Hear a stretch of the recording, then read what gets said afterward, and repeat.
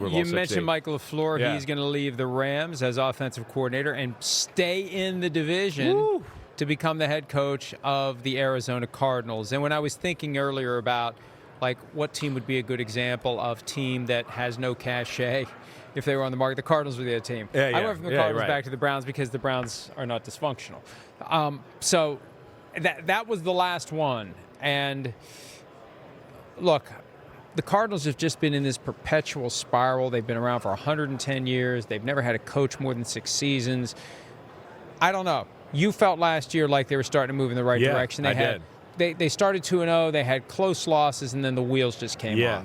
They needed a coach like a Vrabel, like we're talking about, that could have just found a way to win the football game there when they were losing all those 3- and 4-point games, right? They went through a period there where I think they lost, 4 or 5 in a row by no more than 3 points, something like that, which was incredible. But that's where, again, you look at it and go, wait, the team was competitive in there, but we just, whether it's maybe some of the quarterback play, which I think we could probably talk about in Arizona too, but great coaches can find ways to, I can be worth 4 points and make us win that game by 1 point. Or I can be one more score for us today. And they never got that. And we'll see. Mike LaFleur, again, here we are.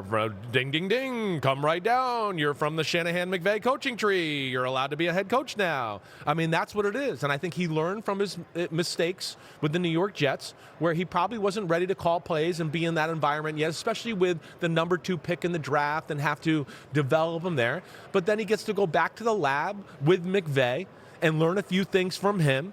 And I can tell you from personal experience here, too, I'll behind the curtain. Like, man, when he went, and I think I've told you this, when he went to McVay and Shanahan was like, I know Kyle Shanahan was like, oh, gosh, Mike LaFleur's going with the Rams.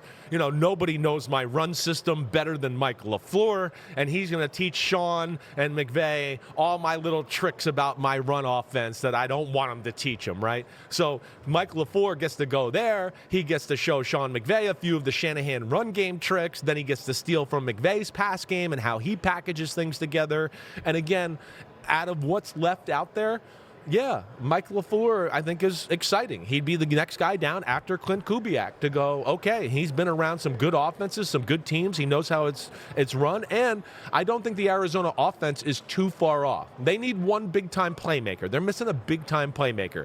But O-line's okay. They got a good group of receivers, but nobody that scares you on either side of the ball, maybe. And that's where I think he and Monty Ossenfort will have to go to the lab this offseason. Hi, it's Mike Florio. Thanks for watching PFT on YouTube. Hit subscribe for the latest news and analysis from Pro Football Talk.